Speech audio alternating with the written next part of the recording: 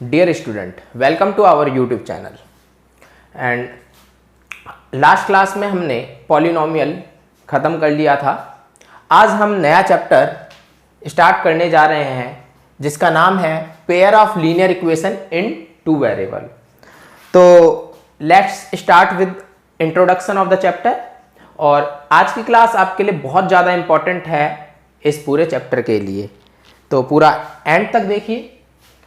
तो इसके नाम से स्टार्ट करते हैं कि पेयर मतलब दो का होना, और लीनियर इक्वेशन ये आप 9th क्लास में भी पढ़ चुके हैं। लीनियर इक्वेशन का क्या मतलब होता है? इक्वेशन जिसमें लेफ्ट हैंड साइड और राइट हैंड साइड दोनों प्रेजेंट हो, और लीनियर का मतलब होता है degree should be 1। Degree of equation should be 1। जैसे कोई भी लीनियर इक्वेशन, जैसे हम लिख देते हैं ax प्लस बी, ये एक लीनियर इक्वेशन है। और अगर मैं इसकी बात करूं तो इसमें x क्या है? वेरिएबल। और a और b ये हमारे कोफिशिएंट और कांस्टेंट है। इसका अगर मैं एग्जांपल लूं तो जैसे 2x प्लस 1 इक्वल टू 0, तो इसमें वेरिएबल हो गया ये, लेकिन यहां पर सिर्फ एक ही वेरिएबल है और हमें डील करना है 2 वेरिएबल से। तो इसका मतलब क्या है? ये तो हो गया linear equation in 1 variable, equation in 1 variable. हमें 2 वेरिएबल से डील करना है, तो उसका जनरल फॉर्म होगा ax plus by plus c equal to 0। ये हमारा लीनियर इक्वेशन इन 2 वेरिएबल का जनरल फॉर्म है। यहां पर वेरिएबल कौन कौन है? वेरिएबल्स हैं x एंड y, और ये हमारे 2 हैं, इसीलिए 2 वेरिएबल हो गया। और a कोफिशिएंट है हमारे a b, और कांस्टेंट है हमारा c। तो ये है लीनियर इक्वेशन इन 2 वेरिएबल। हम इस पे डील करेंगे, लेकिन यहां पर सिर्फ एक ही इक्वेशन ली गई है एट अ टाइम, और हमें लेना है पेयर। तो हम 2 वेरिएबल के बारे में बात करेंगे साइमल्टेनियसली, एक ही बार में 2 वेरिएबल। तो समझ लेते हैं linear equation in 2 variable pairs में कैसे होते हैं। तो जनरल फॉर्म की अगर मैं बात करूं, जनरल फॉर्म की अगर मैं बात करूं, तो यहां पर a1x plus b1y plus c1 equal to 0। इसी तरीके से a2x plus b2y plus c2 equal to 0। ये दोनों अगर साइमल्टेनियसली एक ही क्वेश्चन में आ जाए या एक ही क्वेश्चन में लिया जाए, तो इसको बोलेंगे पेयर। इसको क्या बोलेंगे? पेयर। और इसमें 2 वेरिएबल है हमारे। वेरिएबल क्या है? 2 वेरिएबल्स जो कि हमारे x एंड y है, दोनों के अंदर ही। और कोफिशिएंट क्या क्या है हमारे? Coefficient, respective coefficient a1 x का है फर्स्ट इक्वेशन में, b1 a2 b2, और कांस्टेंट क्या क्या है? कांस्टेंट है हमारे c1 एंड c2। तो ये एक जनरल फॉर्म है लीनियर इक्वेशन इन 2 वेरिएबल के पेयर का। और बात करते हैं इसकी, आपने 9th क्लास में पढ़ा था कि किसी भी एक लीनियर इक्वेशन के सॉल्यूशन कितने होते हैं। ठीक है, solution of a linear equation in two variable are infinitely, हमारे इन्फिनाइटली मैनी सॉल्यूशन यानी x और y की जो वैल्यू होगी वो इन्फिनाइट होगी, हर x की वैल्यू पे एक y की वैल्यू मिलेगी हमें सॉल्व करने पर, और जो कि इस इक्वेशन को सेटिस्फाई करेगा, यानी left hand side equal to right hand side. इसी तरीके से अगर मैं इसका और इसका अलग अलग तरीके से निकालूं तो इन्फिनाइटली मैनी सॉल्यूशन, लेकिन अगर मैं साइमल्टेनियसली एक ही सिस्टम में दोनों लीनियर इक्वेशन को ले लूं तो उस समय सॉल्यूशन आ भी सकता है और सॉल्यूशन नहीं भी आ सकता है। और सॉल्यूशन आता है तो हमारे तीन वेज होते हैं, तीन केसेस होते हैं, उनके बारे में मैं डिस्कस करूंगा। और इसमें अगर सॉल्यूशन आएगा तो दोनों इक्वेशंस में सेटिस्फाई भी करेगा। तो बात करते हैं आगे चैप्टर में। तो आज हम दो मेथड, एक ग्राफिकल मेथड और एक एल्जेब्रिकल मेथड, एल्जेब्रिक मेथड, दोनों मेथड को डिस्कस करेंगे।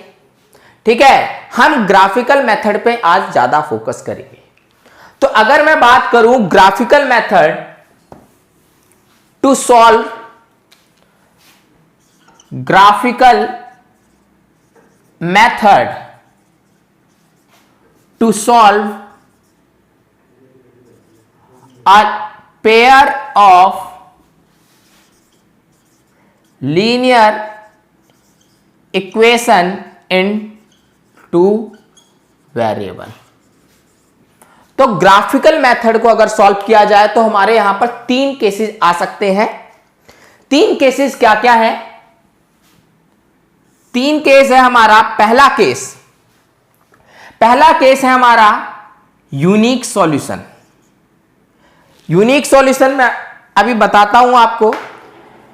ग्राफिकल मेथड में एक्चुअली में जो हम कर्व लाइन बनाएंगे, स्ट्रेट लाइन जो बनेगी हमारी, वो इक्वेशन की दोनों स्ट्रेट लाइन या तो कट करेगी या कोइंसाइड करेगी या फिर पैरेलल जाएगी। तो एक आ सकता है intersecting line, intersecting lines, intersecting line आ सकता है। अगर इंटरसेक्टिंग लाइन आएगा तो उसको बोला जाएगा यूनिक सॉल्यूशन, उसको बोला जाएगा यूनिक सॉल्यूशन।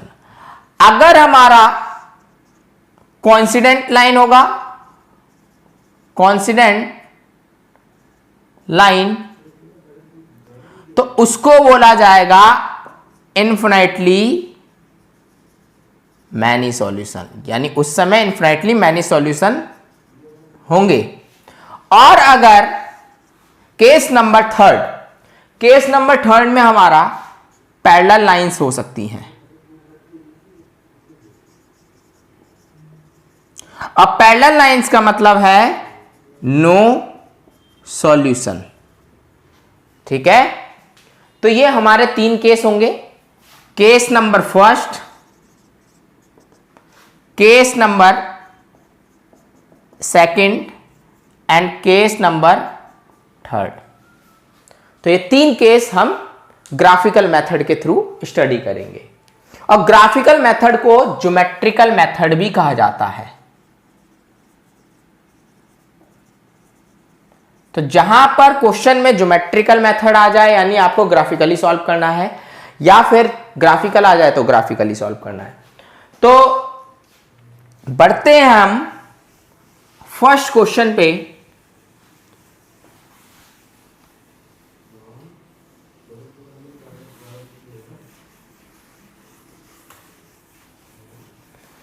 तो हमारा फर्स्ट क्वेश्चन है, Aftab tales his daughter, question number first, Aftab tales his daughter 7 years ago I was 7 times as old as you. Okay, and also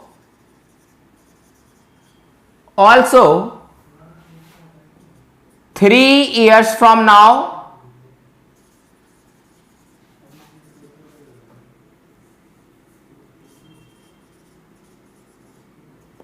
I shall be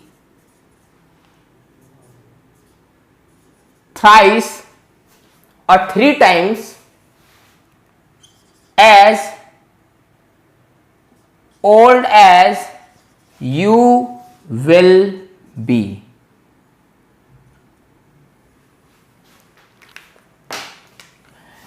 Represent the situation algebraically and graphically.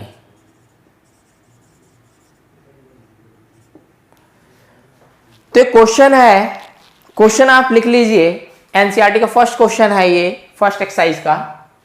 तो आफ्ताब अपने daughter से कहता है 7 साल बाद, यानी अगर आज उसकी एज 35 साल है मान लो, और वो 7 साल पहले की बात करता है, यानी 7 ईयर एगो मतलब पहले। आई वॉज 7 टाइम्स, यानी आई मतलब Aftab, 7 times as old as you मतलब हिज डॉटर।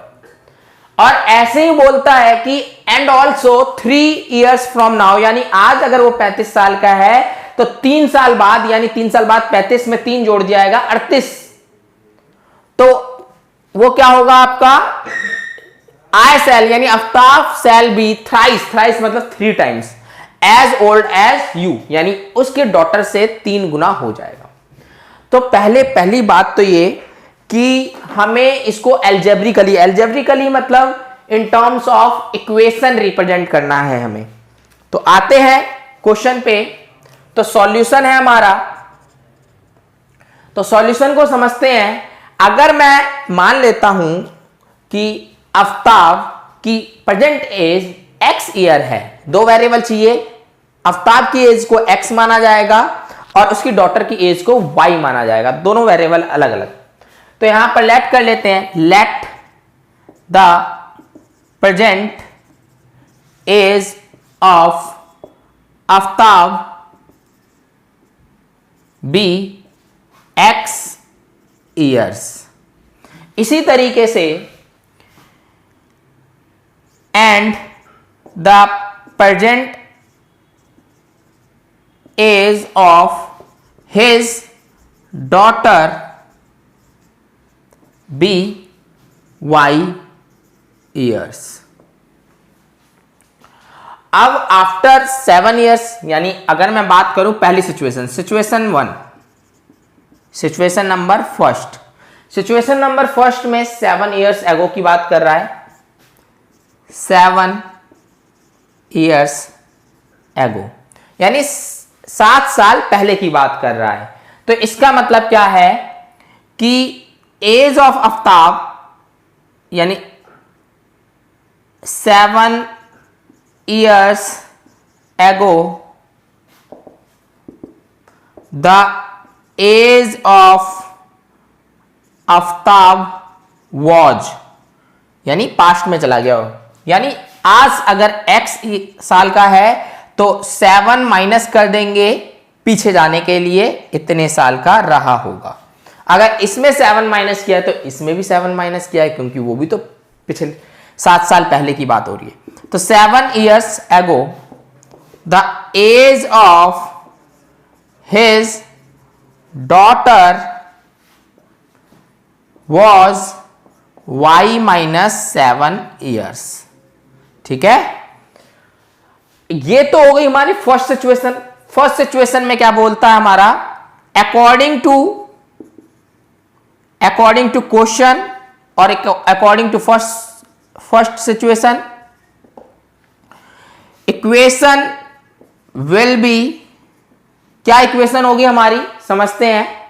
तो यहां पर आफ्ताब ने बोला है कि वो यानी x माइनस 7 साल पहले की बात है, वो अपनी डॉटर से यानी y माइनस 7 उसकी एज से 7 टाइम्स हो जाएगा, यानी 7 टाइम्स मतलब इक्वल टू अगर दोनों को लेके आना है, यानी दोनों की एज को हम इक्वल लेके आ रहे हैं, तो इसका मतलब जो छोटी एज है उसको बढ़ाना पड़ेगा या फिर बड़ी वाली एज को घटाना पड़ेगा, यानी कम करना पड़ेगा। तो ये 7 टाइम्स है, इसका मतलब ये 7 गुना है अपनी डॉटर की एज से 7 साल पहले। तो ये इक्वेशन बन गई हमारी फर्स्ट। इसको हम सिंप्लीफाई करेंगे, x माइनस 7y माइनस 49, तो यहां पर आता है हमारा x माइनस 7y, सबको हम इधर लेके आ जाएंगे, प्लस 49 इक्वल टू 0, एंड यहां पर x minus 7y plus 42 equal to 0, और ये है हमारी equation number first. Equation first, इसको लेट कर लेते हैं इक्वेशन फर्स्ट, ठीक है। तो ये हमने 7 ईयर एगो की बात कर ली। अब बात करते हैं हम 3 इयर्स फ्रॉम नाउ। तो इसको नोट डाउन कर लीजिए आप।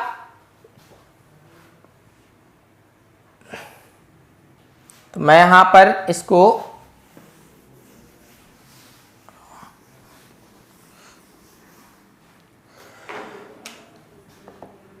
Three years from now, second situation, 3 years from now, situation number second, situation number second. तो आफ्ताब एज यानी 3 years from now, age of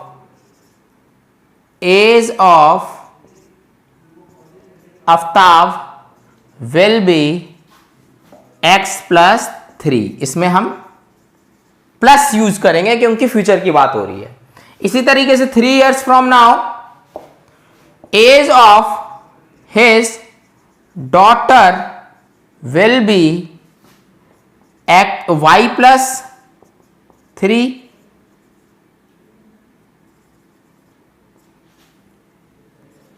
अब बात हो रही है कि थ्राइस टाइम्स हो जाएगा, यानी according to question equation will be क्या हो जाएगा, x प्लस 3 y प्लस 3।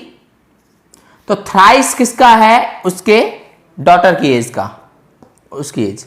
तो यहां पर हमारी इक्वेशन फॉर्म हो गई है। इसको सिंप्लीफाई करते हैं, 3 3 जा 9, x माइनस 3y, 9 को इधर ले आते हैं हम, प्लस 9 माइनस हो जाएगा 0, x minus 3y minus 6 equal to 0। तो ये हमारी equation number second, equation number second. तो फुल स्पेस का यूज करते हैं हम। तो पहली इक्वेशन, पहले हम अलजेब्रिकली रिप्रेजेंट करते हैं। तो अलजेब्रिकली हमने क्या देखा कि the representation of situation can be expressed as, एक है हमारा x minus 7y plus 42 equal to 0, और दूसरा था हमारा x minus 3y minus 6 equal to 0। तो ये इक्वेशन नंबर फर्स्ट और ये इक्वेशन नंबर सेकंड। तो ये तो हो गया हमारा अलजेब्रिकली, ठीक है, ये हो गया हमारा अलजेब्रिकली। अब बात करते हैं हम ग्राफिकली कैसे रिप्रेजेंट करेंगे। तो ग्राफिकली के लिए आपको क्या करना है, ग्राफ प्लॉट करना पड़ेगा। और ग्राफ प्लॉट करना है तो आपको पता है कि लीनियर इक्वेशन का जो ग्राफ है वो स्ट्रेट लाइन देता है, तो दोनों को हम साइमल्टेनियसली ग्राफ पे प्लॉट करेंगे। तो उससे पहले हम क्या करेंगे कि सॉल्यूशन फाइंड आउट करेंगे, सॉल्यूशन ऑफ द इक्वेशन। तो पहली इक्वेशन को लिख लेते हैं यहां पर x minus 7y plus 42 is equal to 0। मेरे को इसका क्या फाइंड आउट करना है,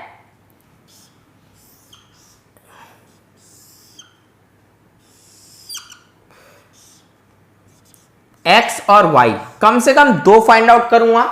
इसी तरीके से मैं x minus 3y minus 6 equal to 0, इसके भी एटलीस्ट 2 सॉल्यूशन फाइंड आउट करूंगा। तो चलते हैं जरा इसको सिंप्लीफाइड फॉर्म में सिंप्लीफाई करते हैं। तो दोनों को मैं उधर ले जाता हूं, तो ये आ गया हमारा 7y पॉजिटिव माइनस 42 नेगेटिव। तो अब यहां पर मैं x की क्या वैल्यू पुट करूं और y की क्या वैल्यू पुट करूं। तो पहले तो मैं यहां पर y की वैल्यू पुट करूंगा, क्योंकि मैंने x का कोएफिशिएंट क्या है 1। तो y अगर मैं मान लो 6 लेता हूं, तो 7 6 जा कितना हो जाएगा 42, और ये पॉजिटिव ये नेगेटिव, तो 0 हो जाएगा। तो पुट करता हूं, put y is equal to 6। अगर मैं y पुट करता हूं 6, तो x की वैल्यू हो जाएगी x equal to 7 into 6 minus 42, और ये हो जाएगा 42 माइनस 42, तो ये इसका मतलब 0। तो x की वैल्यू 0 कब है, जब y की वैल्यू 6 है। ठीक है।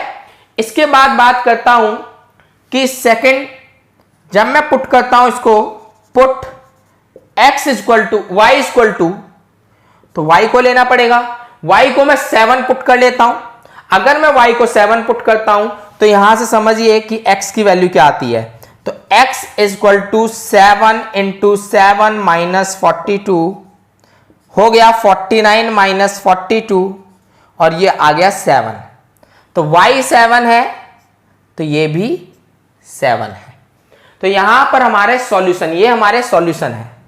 अब चलते हैं इस पे, तो इसका इक्वेशन पहले सिंप्लीफाई कर लेते हैं। ठीक है। तो यहां पर y की वैल्यू अगर मैं 0 पुट करता हूं, साफ दिख रहा है, पुट y इक्वल टू 0, तो x क्या होगा हमारा 3 इंटू 0 प्लस 6, यानी हमारा 3 इंटू 0 प्लस 3 इंटू 0 0 होता है, x इक्वल टू 6। तो x की वैल्यू 6 आई है, कब आई है, जब y की 0 ली है। इसके बाद मैं बात करता हूं फिर से, पुट y इक्वल टू, तो y की वैल्यू मानो मैं -2 ले लेता हूं, तो यहां पर देखो -2 लूंगा तो -6 हो जाएगा, यानी x equal to 3 into -2 plus 6, तो ये हो गया -6 प्लस 6, x की वैल्यू आ गई 0। तो x की वैल्यू 0 कब है, जब y -2 लिया है। तो ये तो हो गए हमारे सॉल्यूशन। अब इन्हीं को हम ग्राफ में प्लॉट करेंगे। तो ग्राफ में प्लॉट करते समय आपको क्या ध्यान रखना है, जरा देखते हैं।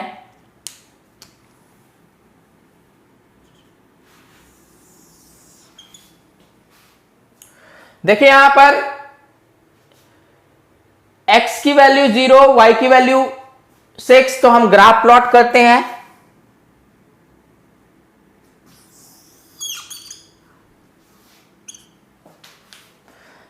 तो यहां पर ये हमारा ओरिजिन है 0 0 1 2 3 4 5 6 7 8। तो ग्राफ तो नहीं मैं यहां पर शो कर सकता हूं, लेकिन यहां पर हम इस तरीके से रिप्रेजेंट करते हैं, और ये भी हमारा सही आंसर देगा। ध्यान रहे इक्वल इक्वल गैप में है ये सब। 1 2 3 4 5 6 7, ये पॉजिटिव है हमारा ऊपर। ठीक है। 8 -1 -2 -3 -4 -5। तो ये हमारा ग्राफ है। अब इस पर प्लॉट करते हैं हम। तो पहले प्लॉट करते हैं 0 और 6, यानी हमारा कोऑर्डिनेट क्या है, x हमारा 0 है, y 6 है। तो तो x0 किस पे मिलेगा, y पे मिलेगा, तो y हमारा 6 है, तो 0 6 ये हमारा पहला कोऑर्डिनेट। इसके बाद बात करते हैं 7 7, तो 7 7 हमारा ये 7 है, तो इस पे हमारा ये भी 7, ये 7 है तो ये भी हमारा 7 है, तो यहां पर हो गया 7 7। तो अगर मैं इसको ड्रॉ करता हूं तो देखो ये हमारा इस तरीके से जा रहा है, ठीक है। ये हमारा स्ट्रेट लाइन है, ये कर्व नहीं है, ये हमारा स्ट्रेट लाइन है, ये कर्व नहीं है। तो ये हो गया हमारा x minus 7y plus 42 equal to 0। अब करते हैं दूसरे को 6 0 हमारा ये है 6 0 दूसरा है हमारा 0 माइनस 2, तो 0 माइनस 2 हमें इस पे मिलेगा, 0 x 0 है तो 0 माइनस 2, तो यहां से हमारा ये